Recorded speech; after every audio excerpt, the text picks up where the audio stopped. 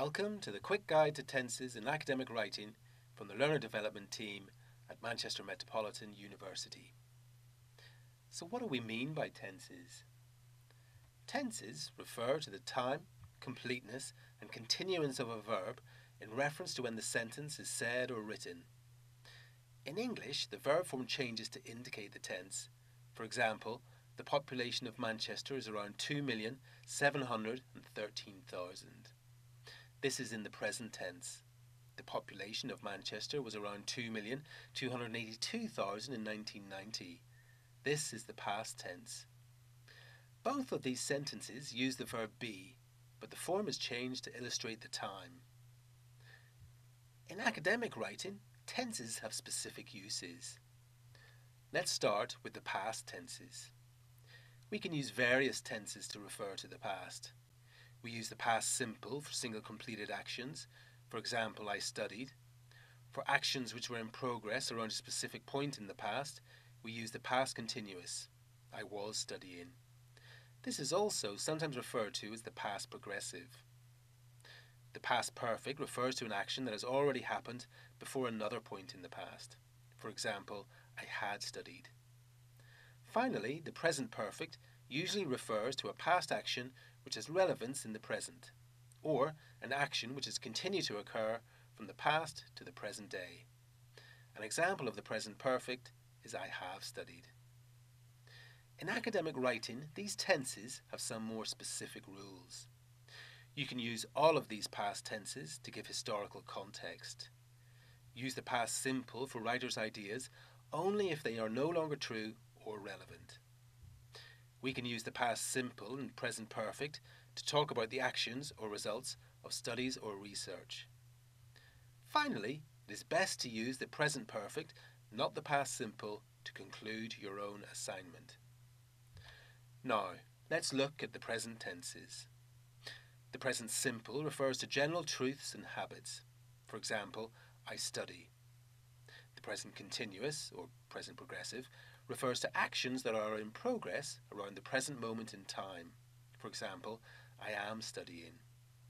When thinking about using tenses correctly in your assignments, these rules can help you decide when to use the present tense.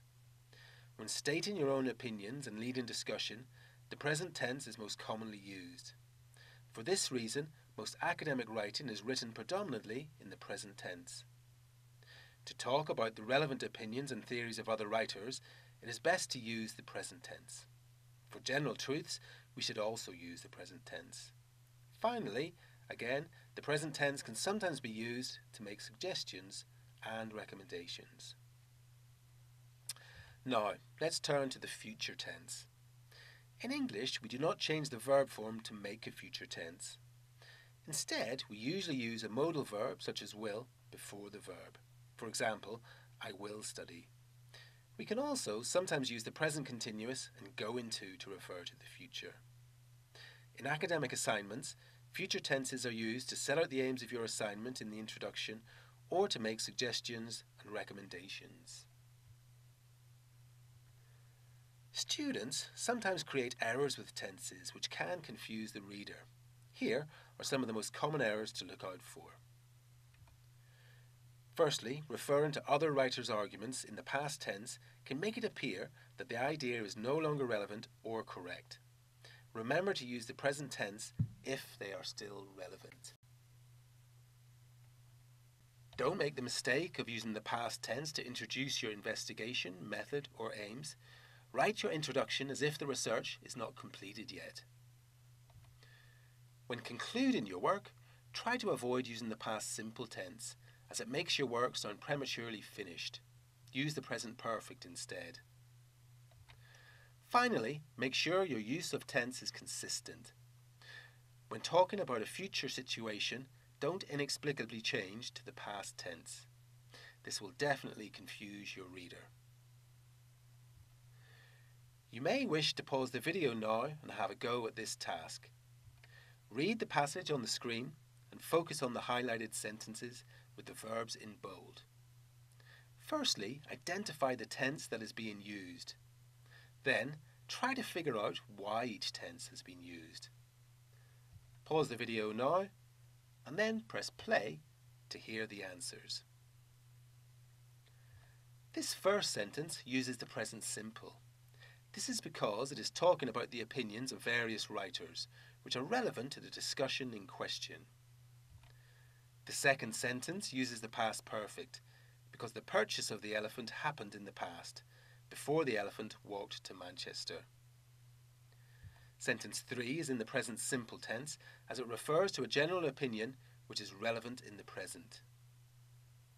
Sentence 4 uses the past simple, as it refers to completed actions in the past. This is providing background or context to the quotation which is about to be introduced. Finally, sentence 5 uses the present simple.